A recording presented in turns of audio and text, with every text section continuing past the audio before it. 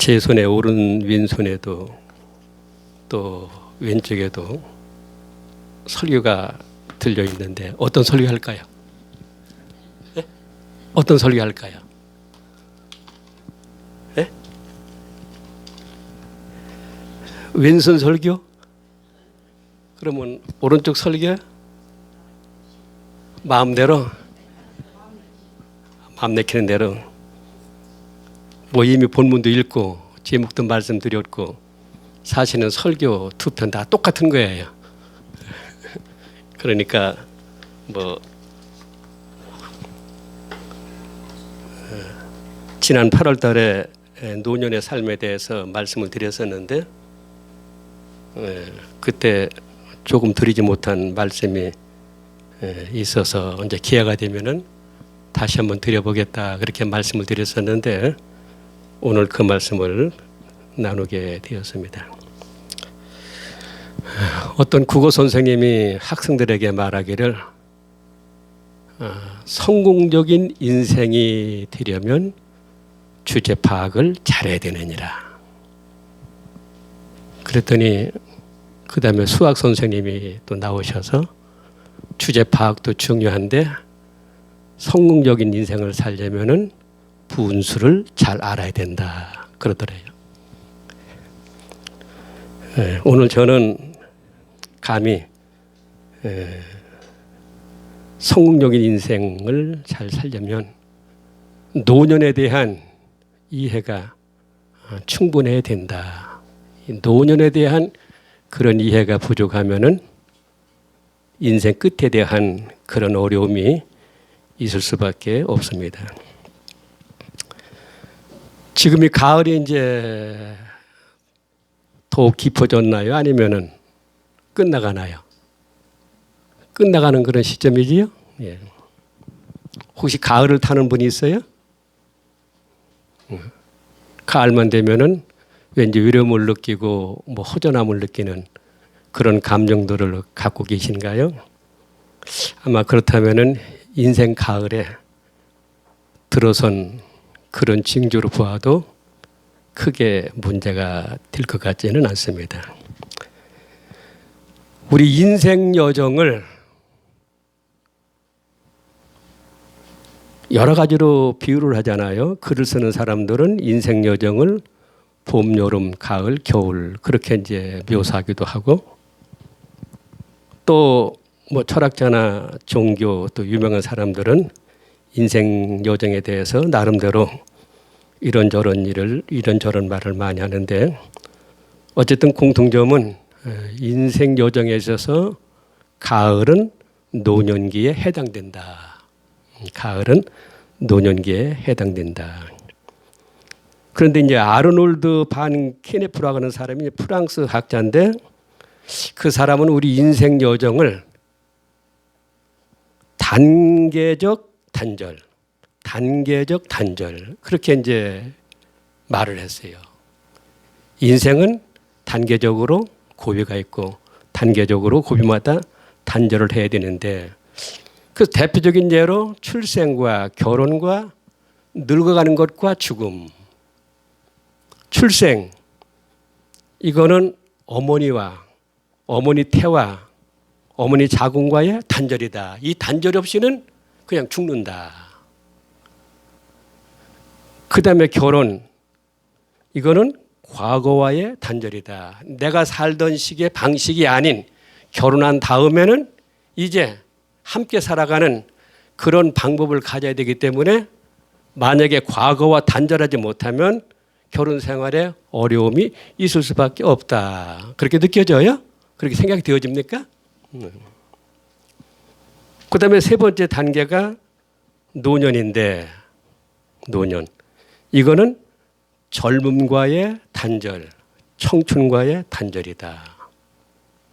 그래서 이 노년기에 우리가 날마다 뭐 스마트폰 틀어놓고 청춘을 돌려다오 10번 100번 불러도 뭐 청춘이 돌아온 건 아니지요. 뭐 기분이 어떨는지는 모르지만은 그리고 이제 네 번째 단계가 죽음이다. 죽음은 세상과의 단절이다. 이렇게 이제 조금 철학적인 그런 면을 사용해서 인생은 단계적 그런 단절이다. 그렇게 말을 했습니다. 그런데 혹시 이제 여러분도 그 이름을 기억하실 수 있겠지만 히르만 헤세 그가 쓴 책 가운데 머지않아 우리는 먼지가 되리니 이런 책이 있어요.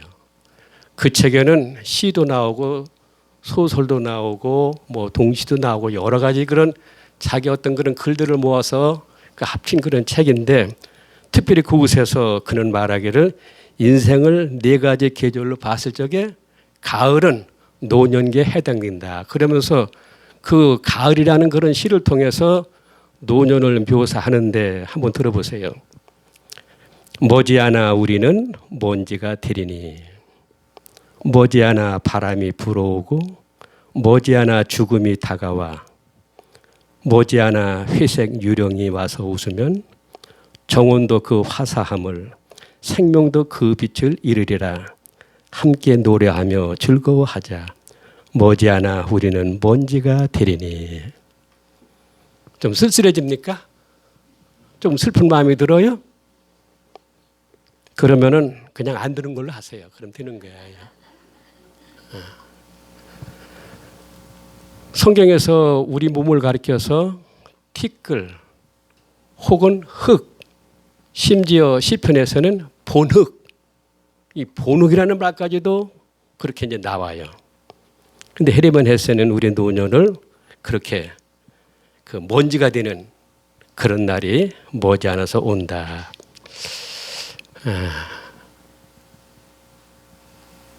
그런데 저는 가만히 생각을 해봤어요.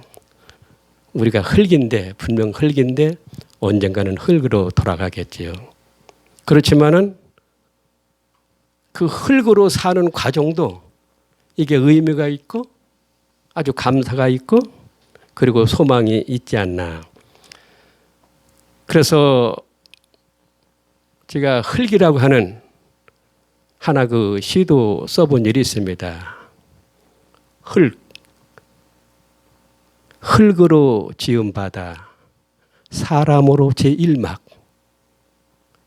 흙을 갈며 쑥으로 온 하루살이 제2막. 흙으로 다시 돌아가 사랑 안에 영원히. 여러분 이거 굉장한 명시예요. 제가 무명이라 그렇지 이게 보통 시조가 아니에요.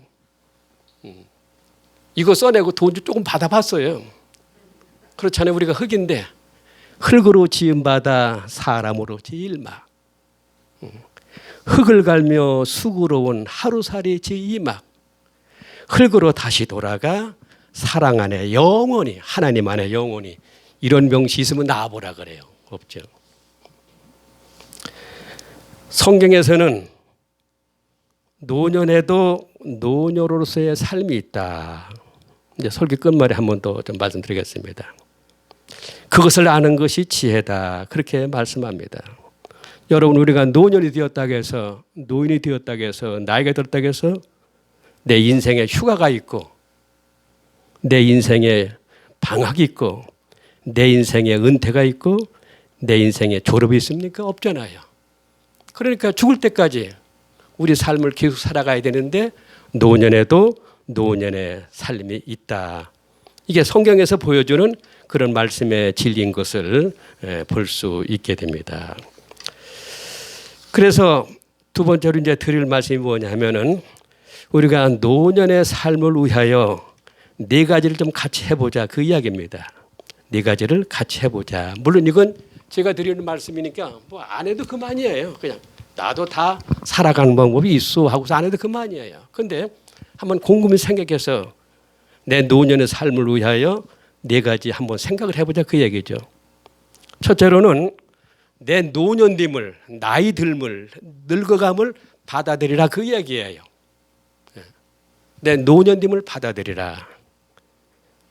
자꾸 누구 이름을 대면은 무슨 뭐 꽤나 아는 것처럼 그렇게 되기 때문에 되도록이면은 제가 그런 말을 하는데 셰익스피어가 나이가 들어가는 것을 슬퍼하지 말라. 죽음에 대하여 너무 말을 많이 하지 말라. 이것이 인생을 사는 지혜다. 그렇게 말을 했는데 우리가 나이 들어가는 거 말할지 안 했었고 죽는 거 말하지 아니할 수는 없는 거죠. 어쨌든 첫 번째 한번 나이 듦을 늙어감을 노년됨을 받아들이자. 이게 좋아서는 아니지요. 좋아서 그런 것이 아닙니다. 뭐 내가 철학자라서 그런 것도 아닙니다. 반드시 거쳐야만 되는 단계이기 때문에 이건 피할 수가 없어요. 피할 수가 없습니다. 저도 지금 제 인생 처음으로 노년을 경험하는 그런 과정에 있습니다. 저도 이 해가 지나면 이제 76세가 돼요. 우리 서북교회에서 중간 정도는 돼요. 제 종탕생도 몇 분이 있어요. 나이가 똑같은. 그 만나면 반가운데 그렇다면 기왕에 그 노년을 받아들이라 그 이야기죠.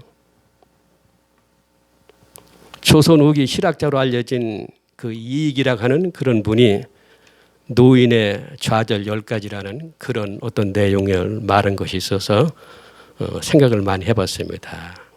노인의 좌절 10가지. 여러분도 그러신지 한번 비교해 보세요. 대낮에는 꾸벅꾸벅 졸음이 오고 밤에는 잠이 오지 않으며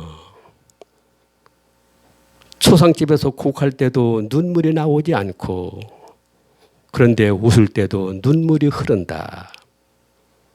30년 전의 일은 아주 또렷하게 기억이 되는데 눈앞에는 문득문득 다 잊어버린다. 고기를 먹이면 뱃속에 들어가는 것이 아니라 내 이사에 다 껴버리고 그래도 흰 얼굴로 자랑을 했었는데 어느새 내 얼굴은 검어지고 그리고 머리는 나도 모르게 휘어졌다. 이게 노인의 좌절 10가지다. 그렇게 말한 것을 책에서 본 일이 있습니다. 제가 생각하건대 그 10가지 다 맞는 것 같아요. 나는 아니요 할 게 없는 것 같아요. 그렇죠? 네. 그런데 어떤 노인 연구 전문가는 이런 말을 했습니다. 노년에 겪게 되는 가장 큰 고통 4가지가 있는데 첫째는 아픈 채로 너무 오래 사는 거. 아픈 채로 너무 오래 사는 거 이거 참 고통이다. 하기야 옛날 어른들이 그런 말씀을 했잖아요. 개똥밭에 굴러도 뭐보다 낫다고요? 이승이 저승보다 낫다. 하기야 전두서 이제 9장 4절에 보면은 어떤 말씀이냐면은 그래도 살아있는 개가 죽은 사자보다 낫다.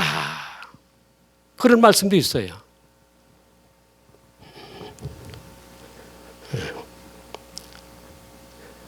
아픈 채로 너무 오래 사는 고통. 그래도 우리는 더 오래 사는 것이 좋다. 그럴 수 있는 거죠. 그러면서 그가 말을 해요. 아픈 채로 너무 오래 사는 거 뭐 좋은 점이 있을는지도 모르는데 그래도 내 스스로 내 대소변을 가리고 내 의지로 내 다리로 화장실을 드나들 수 있어야 그래도 좋은 삶이지. 만약에 내 소변을 누군가가 대신 해줘야 되고 내 의지가 없어서 화장실도 누가 손잡아줘야 되고 붙잡아줘야 되고 이렇게 된다면 이건 본인에게도 힘든 일이고 가족들에게도 힘든 일이다. 그래서 결론은 아픈 채로 너무 오래 사는 것도 고통이더라. 두 번째로는 가난의 고통입니다. 늙고 궁핍해지는 것만큼 고역이 또 없다. 늙어서 가난하니까 참 고통스럽더라. 하기야 석가도 그런 말씀을 했어요. 가난의 고통은 지옥의 고통보다 더하다. 그런 말씀을 한 일을 기억하고 있습니다. 또 하나는 집에서 홀로 외로운 고통. 바라볼 배우자도 없고 이름 불러볼 자식들도 없고 그런데 그런 경우 아플 때가 제일 걱정되더라. 내가 만약에 아파서 무슨 일이 생기면, 넘어지면은 누가 나를 그렇게 발견하고 도와주고 나를 그렇게 살펴줄 것인가. 그래서 집에서 홀로 외롭게 사는 것도 고통이더라. 뭐 또 그렇게 말한 것을 보게 됩니다. 그리고 네 번째로는 할 일이 없는 아주 길고 긴 하루도 고통이더라. 근데 하기야 뭐 유재 밖에 나가면 얼마나 걷기 좋게 해놓았습니까? 그러니까 이제 이렇게 하루 할 일이 없는, 그것도 참 어렵긴 어렵겠는데, 어쨌든 이렇게 노인연구 전문가가 연구해서 한 말이니, 아픈 채로 너무 오래 사는 것도 고통이고 돈 없이 사는 것도 고통이고 집에서 홀로 살아가는 것도 고통이고 할 일이 없이 긴 하루를 보내는 것도 고통이니, 그래서 이런 사람에게서 우울증이 생기고 이런 사람에게서 외로움이 생기고 그걸 홀로 감당을 못하면 결국은 자살이라고 하는 극단적인 선택까지도 하게 된다. 그렇게 그 말을 하고 있는 것을 보게 됩니다. 그래서 오늘 노년을 위한, 내 늙음을 위한 그런 삶을 살기 위해서는 어쨌든 첫 번째로는 그래도 내 노년됨을 받아들이자, 수용하자, 이런 말씀입니다. 두 번째로는 기왕에 나이가 들었으니 좀 철학자도 되어보자, 그 얘기예요. 철학자 못 될 게 뭐 있어요? 내가 살아온 인생 얼만데? 네? 내 살아온 인생 얼만데요? 아프리카 속담에 노인이 한 명 죽으면 도서관이 하나 없어졌다, 그렇게 말을 해요. 성경에서는 노인을 가리켜서 지혜의 주머니라 그렇게 말합니다. 그런데 지금 우리는 그런 대접을 받는 것이 아니지요.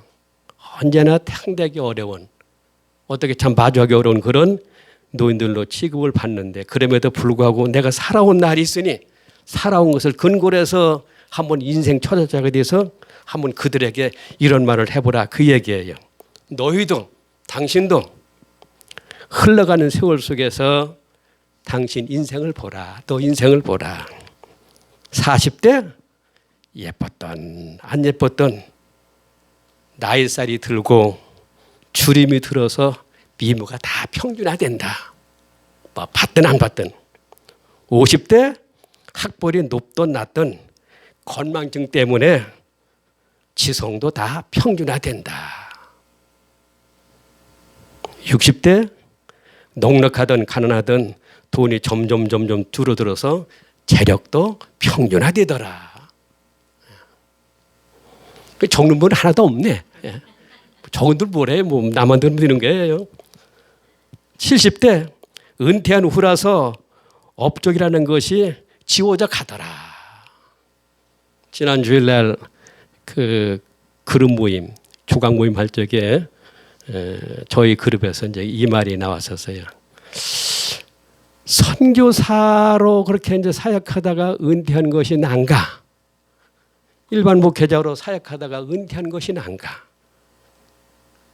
갑론을박이 벌어졌어요. 우리는 선교사로 그렇게 사역하다가 은퇴한 것이 나을 것 같다. 선교사님들은 아니다. 그래도 현역으로 목회하다가 은퇴한 목사님들이 나을 것 같다. 왜 그러냐? 그래서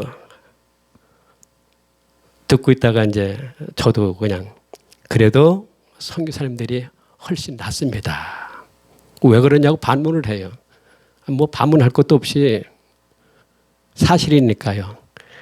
그래도 아직까지는 한국 교회와 한국 교인들이 선교사님들 하면은 관심을 가져드려요. 그렇죠? 예.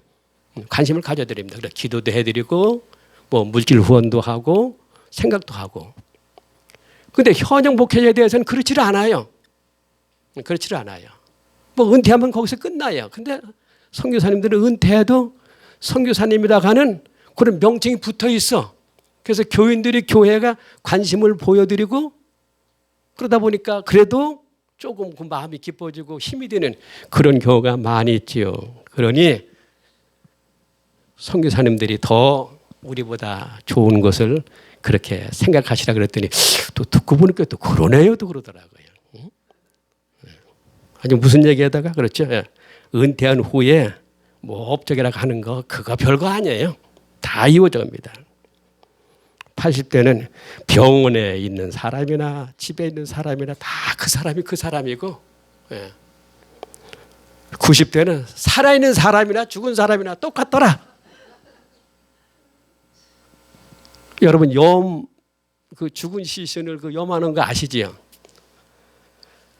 한 달 전에 참 그 가까이 지내던 목사님이 돌아가셨는데 70 겨우 넘기시고서 그때 염할 때 아주 모든 사람이 깜짝 놀랐어요. 병원에서 이제 그 염을 하는데 그 이제 타에다 이제 올려놓고 가족들 뭐 목사님들 거기 오시면 다 같이 가서 이렇게 이제 보고 있는데 이제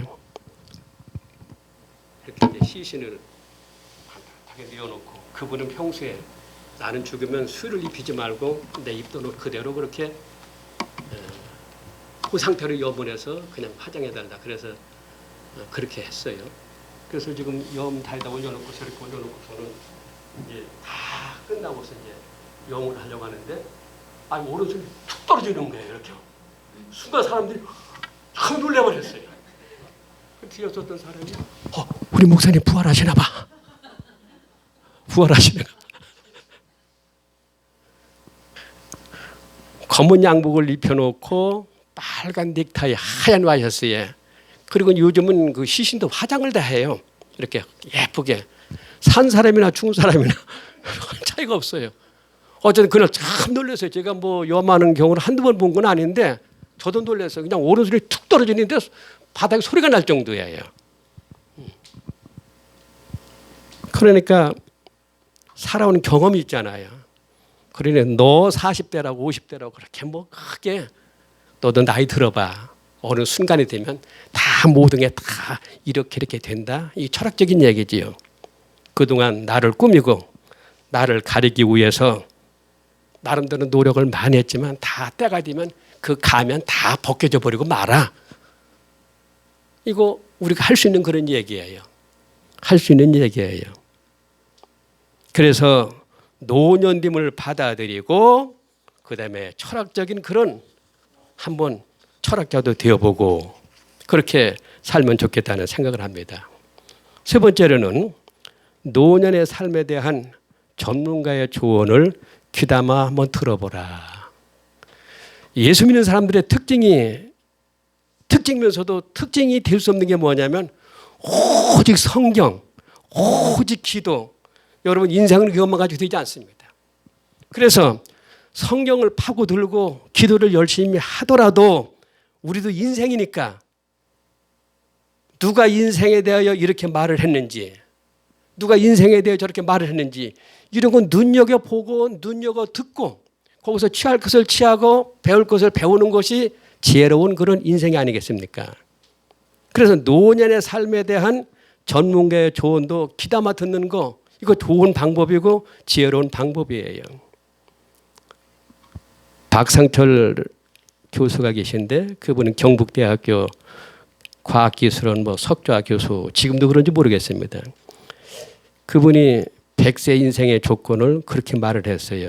우선 노화, 늙어가는 거는 두려움의 대상이 아니라 내가 받아들여야 될 그런 대상이다. 이렇게 전제를 해놓고 100세 인생의 조건으로 첫째는 적절한 운동을 하라. 적절한 운동을 하라. 근데 사실 이 운동 해도 끝이 없잖아요.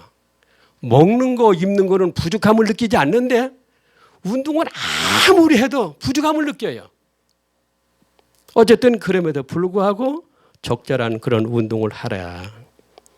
그리고 두 번째로는 적절한 영양을 섭취하라. 아주 한 20, 30년 전에 우리도 건강 식단을 주장하는 그런 분들이 많이 있었죠. 고기를 덜 먹고 채소를 많이 먹고 본인 스스로가 그렇게 삶을 사는 것을 자랑했는데 나중에 그분이 그런 어떤 영양실조 내지는 바짝 말라가지고 세상을 떠났잖아요. 그래서 서울대학교 보건대학장 학장님 하시는 말씀이 여러분 먹는 거 가지고 그렇게 따지지 마세요. 아무거나 다 많이 드세요. 삼겹살도 드시고요. 뼈다귀도 가서 드시고요. 마음껏 드세요. 왜 그렇게 복잡하게 뭘 따지면서 삽니까? 그렇게 그 허정이라고 하는 그분이 그 말씀하신 일 있잖아요. 서울대학교 보건대학원 학장했던 그분이 말이에요. 그래서 적절한 영양을 섭취하고, 그리고 세 번째로는 봉사의 삶을 살라. 지금까지는 나만을 위해서 살아왔다면 이제 뭔가 남을 위해서도 좀 살아보는 그런 삶을 살면은 아마 큰 기쁨과 보람을 느끼게 될 것이다. 그리고 네 번째로는 다른 사람과의 관계를 잘 가지라. 인간 관계처럼 좋은 재산이 없고 좋은 힘이 없다. 그렇게 그 얘기를 하면서, 그러면서 그분이, 그러니 우리 나이 든 사람이, 노년이 세 가지 자를 하자. 세 가지 자. 하나는 하자. 무엇이든 움직여야 건강하다. 구르는 돌이 이끼가 끼지 않는다. 그래, 무엇이든지 움직여야 건강하다. 그러니 무엇이든지 하자. 그 다음에 주자. 무엇이든지 좀 나누자. 당신에게 지식이 있다면 그 지식을 좀 나누고, 재주가 있다면 재주를 나눠주고, 그 밖에 무언가 좀 남에게 줄 수 있는 것이 있다면 좀 주자. 하자, 주자, 그 다음에 배우자.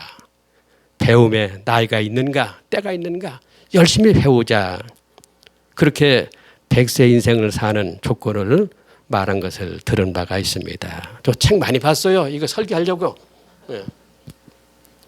그런데 뭐 그분은 그렇고, 여러분들이 너무 잘 알고 또 존경하는 김영석 그 교수께서, 그분이 지금 이제 104세가 되시잖아요.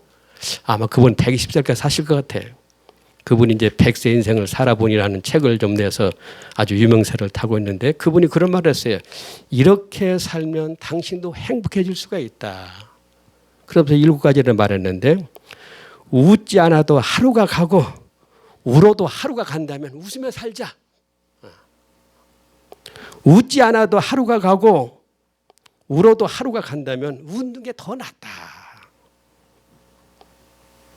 두 번째로는 나이가 들수록 많이 걸어라.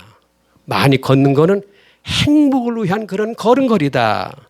그렇게 권면을 하고 있습니다. 그리고 세 번째로는 규칙적인 그런 일상을 가지라. 그 속에 행복이 들어있다. 아주 규칙적인, 좀 견고한 이런 삶을 좀 살아가라. 그렇게 권면하고, 네 번째로는 당신이 90세 이전에는 결코 늙었다고 하지 말라. 90세 이전에는. 저도 한 15년 더 있어야 이제 늙었다고 이제 말할 수 있겠네요. 왜냐? 내가 살아보니까 60이 넘어서야 조금 철이 들더라. 그리고 75세가 되니까 겨우 내가 사람으로 뭔가 자리를 잡고 성장하는 것을 느꼈다. 그런즉 90세 이전에는 늙었다고 하지 말고, 노인을 하지 말고, 그렇게 좀 철이 드는 그런 삶을 좀 살아보라고 그렇게 이제 권면합니다. 그리고 다섯 번째로, 사람은 공부를 해야 된다. 공부를 하지 않으면 정신이 늙어버린다. 그러니까 하루라도 책 한 편씩, 그 한 장씩, 한 절씩 읽는 거 중요한 거예요. 사실 뭐 책이라고 하는 게 그게 한 권 다 읽어도 거기다 밑줄 치시는 부분은 두세 군데밖에 안 돼요. 그것 때문에 책을 읽고 사는 거예요. 책을 10권 살면요, 내가 기억되는 책이 2권 내지 3권밖에 안, 나머지 7, 8권은 그냥 산 것이지 별거 아니에요. 그냥 그렇기는 한데, 그래도 책이라도 떠들어보고 이런 뭔가 좀 배움을 계속 가지는 것이 중요하지 않을까 그렇게 생각을 합니다. 그러면서 여섯 번째로, 내가 나만을 위해서 살았던 거는 내가 죽으면 다 없어지는 것이니까 그 전에 남을 위해서 사는 그런 용기도 가져보고, 그리고 7번째로, 나는 내 인생의 마지막, 내 마지막 목적은 남들로부터 감사 인사를 받는 것이었다. 그러니 당신도 내 마지막 인생에서는 감사했다는 그런 인사를 받는 사람이 되어보도록 하라는 그런 권면을 하는 그런 책을 읽었습니다. 하게 우스갯소리로 우리 한국 땅에서 감사합니다. 감사합니다. 감사합니다. 이 말을 못하고 사는 공무원들이 있는데 그들이 바로 감사원에 근무하는 사람들이래요. 감사. 이거 아주 뭐 교회에서 아주 뭐 제일 많이 듣는 그런 말 가운데 하나가 아닙니까? 감사. 근데 이 감사에 대해서 우리가 가끔 가다가 조금 이제 뭔가 좀 오해하고 있는 그런 부분이 이제 없지 않아 있는데 우리는 상대적인 감사를 자꾸 하려고 해요. 상대적인 감사. 이게 이제 탈레스가 한 말인데 지난번 금요일 날도 제가 말씀드렸던가요? 나는 감사할 것이 세 가지가 있다. 이방인이 아닌 그리스 사람으로 태어난 것에 대한 감사. 여자가 아닌 남자로 태어난 것에 대한 감사. 짐승이 아닌 사람으로 태어난 것에 대한 감사. 이건 상대적인 감사를 그 얘기예요. 우리는 그런 감사가 아니지요. 은총의 감사지요. 그래서 내가 오늘 사는 거, 오늘 하루 보낸 것도 다 주님의 은혜다 하는 그런 감사를 우리도 한번 느껴볼 그런 필요가 있다 생각이 되어집니다. 그리고 네 번째로는 오늘 본문에서 이제 백발을 긍정하고 노년으로 할 수 있는 일을 해보자 그 얘기죠. 백발을 긍정하고 노년으로 할 수 있는 그런 일을 해보자. 그런 삶을 살아보자 그 얘기입니다. 백발을 긍정하라. 앞서 말씀드린 것처럼 가만히 보면 사람들은 내 피부의 주름살 또 머리가 휘어지는 것에 대해서 아주 많이 신경을 써요. 보면 그렇죠. 예. 뭐 주름살이 좀 있으면 어때요 좀. 그런데 그렇지 않아요. 그리고 머리 휘어지는 거 뭐 당연한 건데 아주 굉장히 민감한 그런 모습을 보게 됩니다. 우리 장모님께서 꽤 오래 사신 분인데 처음부터 본래 처녀 때보다 멋쟁이였어요. 지금도 보면 머리숱이 뭐 검은 편이고 아주 머리숱이 참 많은데 여기 조금 어떤 때 이렇게 허옇게 보인다고 무슨 가발을 만들어 가지고 비싼 거 딱 여기다 꽂고서 아주 그렇게 나가는 걸 보면은 아니 지금 뭐 90다 되어가는 분이 뭐 저렇게까지 할 필요가 있을까? 그런데 그렇게 꾸미시더라고요. 근데 꾸미면 또 아는 것보다 훨씬 또 나아요. 꾸미면. 이제 잠언 16장 31절은 성경에서 지워야 될지도 모릅니다. 어떤 말씀이에요? 백발은 영화의 면류가 아니라 의로운 길에서 얻으리라. 이거 빼야 될지도 몰라. 백발을 환영한 사람이 하나도 없어. 저 말고는. 저는 제 머리 한 번도 염색해 본 일이 없습니다. 그냥 더 늙으면 더 늙고 더 휘어지면 더 휘어지는 것이지. 하기야 머리가 휘어진 이유가 있을 거예요. 너무 선하게 사느라고. 너무 착하게 사느라고. 너무 정의롭게 사느라고. 아주 애를 쓰고 애를 써서 머리가 그렇게 휘어졌는지도 몰라요. 어쨌든 그렇다 하더라도 백발을 긍정하는 그런 용기가 필요하다. 오늘 시편 71편은 노인의 시편이라 그렇게 불립니다. 노인의 시편. 그중에서 오늘 9절과 18절만 그렇게 이제 뽑아서 읽어드렸습니다. 자, 71편 9절에 보면은 어떤 말씀이 있어요? 늙을 때에 나를 버리지 마시며 내 힘이 쇠약할 때에 나를 떠나지 마소서. 이 시편 기자는 조금 소극적인 기도를 합니다. 조금 소극적인 기도를 해요. 늙을 때 내가 늙어서 노쇠졌을 적에 또 쇠약할 때 질병들로 인하여 몸이 많이 약해졌을 때 그런 때도 하나님이 나를 기억해 주소서. 지난주 금요일 날 그룹 기도할 적에 저희와 함께 그룹했던 한 권사님 말씀이 어떤 기도 제목이 있으십니까? 이제 그 리더가 이제 물으니까 나는 다른 거는 없고 그저 내 사는 동안 아프지 않고 건강하게 그리고 주님 잘 섬기다가 주님께서 부르시는 날 가는 것이 내 기도 제목입니다. 내가 속으로 참 놀랍다. 그래서 집에 돌아가서 조지 밀러의 노년을 위한 기도문이 있는데 그걸 내가 읽어보면서 속으로 보내드렸어요. 권사님께 이런 축복이 있으시면 좋겠다. 근데 이제 9절에 비해서 18절은 조금 적극적입니다. 뭐냐면은 하나님 설마 하니 내가 늙었다고 해서 버리시는 것은 아니겠죠? 그런 뜻이에요. 이 18절 말씀은. 역시 그날 같이 그룹 기도했던 그 리더를 하셨던 분이 그런 말씀을 하셨어요. 내가 공직에서 은퇴하기 전 그런 생각을 많이 하셨대요. 내가 은퇴하면은 이제부터 내가 아주 주의 일에 열심히 해볼 그런 생각이다. 그런데 지금 마음으로 그런 기도를 하면서 준비하고 계시다는 그런 말씀을 들은 일이 있습니다. 고마운 말씀이지요. 네, 고마운 말씀입니다. 여기 하나님 설마 하니 내가 늙었다고 해서 버리시는 것은 아니겠죠. 네? 하나님이여 내가 늙어 백발이 될 때에도 나를 버리지 마시며 유기하지 말라 그런 뜻이에요.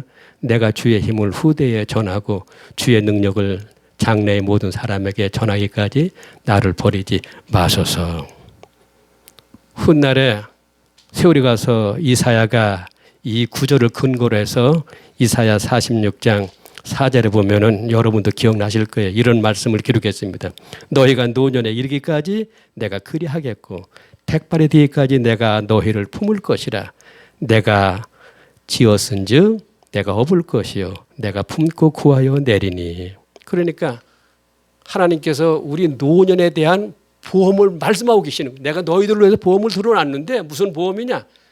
너희가 늙어도 내가 업고 품고 구하여 낸다. 이런 보험이 어디 있어요, 세상에. 아주.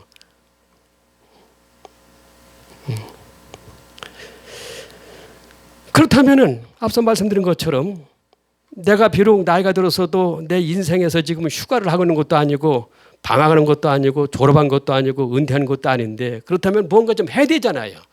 뭔가 해야 되잖아요. 그러면은 지금 우리 노년으로서 우리가 할 수 있는 그 일이 무엇일까요? 물론 사람마다 다르겠죠. 그리고 또 아직 구체적으로 내가 하고 있지 못한 뭐 그런 것도 있을 수가 있는데 그럼 지금 우리가 할 수 있는 일이 뭘까? 그러면은 우선 내가 행복해지는 일부터 한번 해보자. 저도 지금 뭔가 생각을 많이 해요. 내가 90 되려면은 김영석 교수님대로 말씀대로 15년은 더 있어야지 노년이 되는데 그럼 앞으로 15년 동안 뭘 할 건가? 지금 생각을 많이 해요. 생각을 많이 해. 나 떠오르는 게 없어. 잡히는 게 없어. 누가 보면 16교만 생각나요. 누가 보면 16자만. 땅을 파자니 힘이 없고 빌어먹자니 부끄럽고 목회 은퇴하기 전에 부자를 만나서 좀 돈 관리했더라면 그 돈 가지고 어떻게 살궁리를 해볼 수 있을 텐데 어쨌든 그냥 놀 수가 없잖아요. 뭐든지 해야 되는데. 근데 뭐 하는 것도 중요하지만은 저나 여러분이나 지금 내가 내 노년의 삶을 위하여 할 수 있는 거 먼저 행복한 일부터 해보자. 행복해지는 일부터 한번 해보자. 행복해지는 마음부터 한번 가져보자. 행복. 혹시 나태주 시인의 행복에 대해서 아시나요? 짧은 시예요. 저녁 때 돌아갈 집이 있다는 것. 내 마음이 힘들 때 내가 생각할 수 있는 사람이 있다는 것. 내가 외로울 때 나 혼자라도 부를 수 있는 노래가 있다는 거. 이거는 행복이다. 맞지요? 종일 일해서도 피곤해도 돌아갈 내 집이 있고 내가 참 몸도 피곤하고 힘이 들어도 내가 생각할 수 있는 가족이 있고 그리고 외로울 때라도 나 혼자 부를 수 있는 그런 노래. 이게 행복이 요소가 아닌가 저도 그렇게 생각을 합니다. 그래서 그분의 그 시를 제가 패러디를 좀 한번 해봤어요. 행복이 뭔가? 수요일이면 올 수 있는 교회가 있다는 거. 수요일이면은 올 수 있는 교회가 있다는 거. 또 같이 만나 예배하는 사람이 있다는 거. 또 같이 기도하며 같이 부를 수 있는 찬송이 있다는 거. 이게 우리의 행복이 아닌가. 지금부터 더 잘할 수 있는. 그래서 이 면에서 먼저 우리가 뭔가 좀 자리를 잡고 앞으로 여러분께서 뭐 하고자 하는 어떤 일들이 찾아지고 손에 잡혀서 아주 노년을 좀 보다 멋있게 살아가는 그런 결과가 주어지고 앞으로 15년 후에 제가 90세가 되거든. 15년 전 그 목사님께서 어설프게 그 서북교에서 수요일 소리를 했었는데 그래도 의뢰되는 부분이 있었는지 내가 지금 이렇게 잘 되었습니다 하고서 그때 꼭 스타벅스 아니다 할지라도 커피 한 잔 사시기 바랍니다. 기도하겠습니다.